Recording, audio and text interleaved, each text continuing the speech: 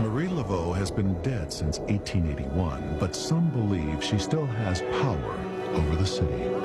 What she did in the 1800s is the stuff of legends, even though there's little factual proof of her magical powers or records of her life. Many documents have disappeared. Many were falsified in the first place. There's just layer after layer after layer of folklore, lies, mythology, wild stories. Experts believe Marie Laveau was born somewhere between 1794 and 1803. She was said to be the daughter of a wealthy white plantation owner and his slave mistress. In early 19th century New Orleans, she was considered a free person of color. She developed a relationship with the head of the New Orleans Catholic Church. The pastor of St. Louis Cathedral was a man named Père Antoine. He works with the prisoners, the lowest of the low. He works to free slaves. And his chief companion in this work was Marie Laveau. Like many people in New Orleans, Marie Laveau was both Catholic and a voodoo believer. People in New Orleans went to Catholic Mass at St. Louis Cathedral in the morning and to Congo Square for voodoo ceremonies in the afternoon. Congo Square was voodoo central in New Orleans, where free people of color and slaves gathered for voodoo ceremonies on Sundays. It's there that legendary voodoo priest Dr. John is believed to have taught Marie Laveau everything he knew about voodoo, including how to formulate a powerful charm called gris-gris. Gris-gris bags were filled with anything from starch, dried beans, metal filings, or animal skin. The ingredients themselves are not the key thing. It's the intention that you put on the gris-gris bag that matters. The person who made gris-gris appealed to voodoo spirits to give it special powers.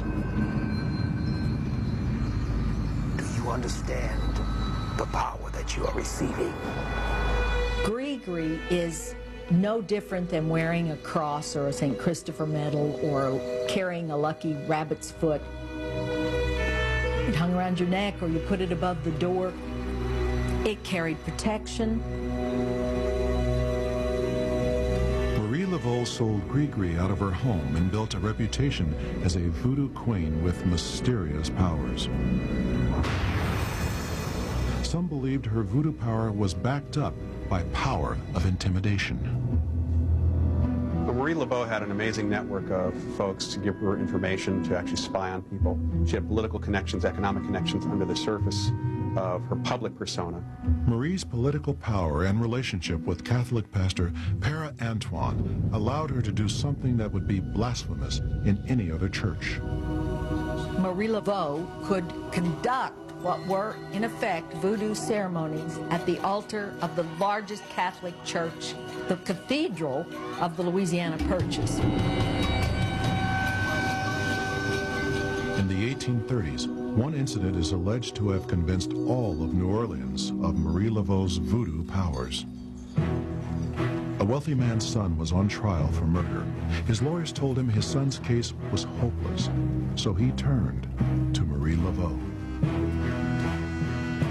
In desperation, the father offered Marie Laveau a house if she could use voodoo to free his son. To accomplish this feat, she spent weeks praying at St. Louis Church, undergoing a form of self-torture for the cause.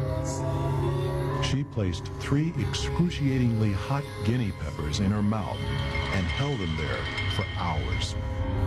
Guinea is a name for Africa in many voodoo circles.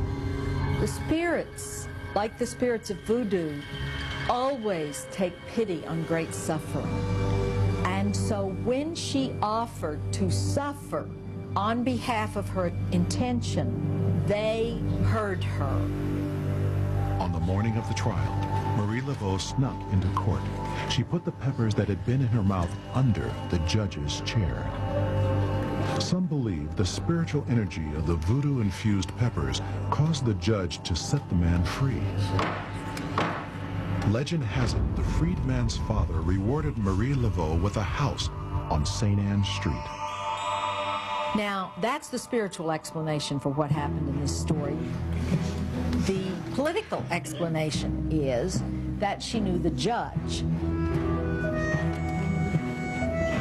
Regardless of how she freed the man, most of New Orleans now believed Marie Laveau could use voodoo to sway the city's justice system.